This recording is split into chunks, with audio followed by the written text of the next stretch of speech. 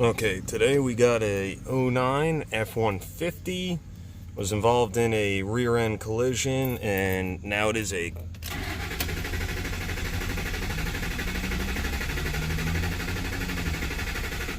crank, no start. So pulled codes on it, B1202, fuel sender open circuit. Not sure if it was like that before or after, but we do not have fuel sender operation. So 1202 I'm not super concerned with. So what we did here is I'm gonna slide under here and I'll be right back. Alright, so we're situated underneath here to go through the rest of this, but first things first, depending on the service information you look at, it will tell you that this truck either has a inertia fuel shutoff switch or that it's a key cycle reset. This truck does not have an inertia fuel shutoff switch. So what you do is you actually go to your airbag and your RCM module and data display.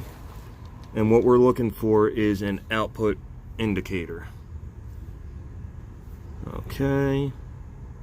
And right here we have our fuel cutoff request status. And you can see we're at normal. No fault, and it is not terminating fueling. So we're good there, that reset, but we have no fuel pump operation. So the next step was pull a diagram. Alright, so then we pull up our schematic like I was saying, and we've got fuel pump diode, fuel pump control relay, comes down, injector power module, or injector power circuit, down to our fuel pump control module. We've got a feedback signal to the PCM, control signal, or an enable signal here. And then we've got fuel pump return, which is our ground side, fuel pump power, and main ground. So what we want to do is, we know that the RCM is sending out the enable signal. We're going to want to check to make sure it's getting to the module. Obviously check powers and grounds before we delve into the tank here. Just this is an easy place where I can basically split the circuit and tell a lot all at one shot. So we're hooked up here. I'll try to get you guys up in here.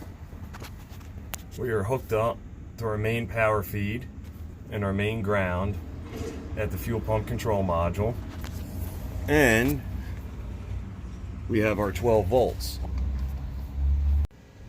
Right, so we're up in our yellow violet, our RCM signal, so that's getting back.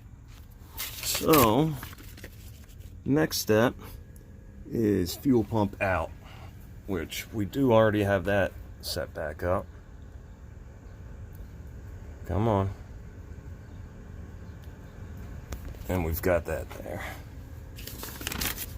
So what we're going to do there is we have a bias voltage, is what I'm assuming that is, of about 1 volt. So we're going to go back into our scanner, our RCM. Notice we are still normal. We're not cutting off fuel.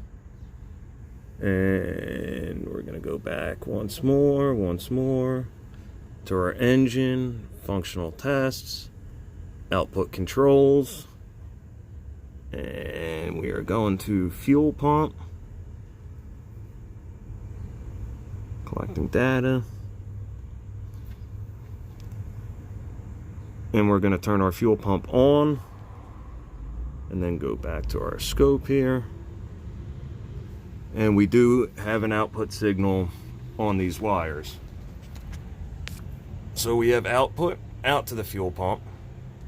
So next step is we're going to crawl up over top of there and confirm.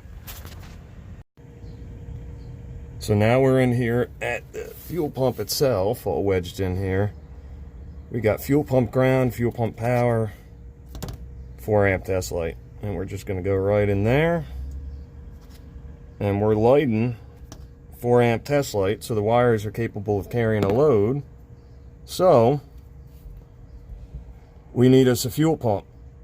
My assumption is it was either this fuel pump was on its way out, or the impact was just hard enough that it happened to knock loose the wiring in here, because keep in mind we also have that B1202 for a fuel level sender open, which is contained within here as well.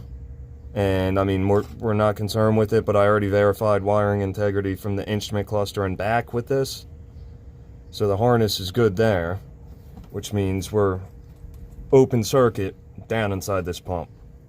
So that's what we got. That's what it is. Some quick, easy tests. Break down the circuit, isolate it, follow the path. And I'm going to throw a link into the description here for one of S&A Auto's videos on bypassing one of those fuel pump control modules to confirm that was faulty after somebody had misdiagnosed the pump. So that's it. Hope you guys have a good weekend.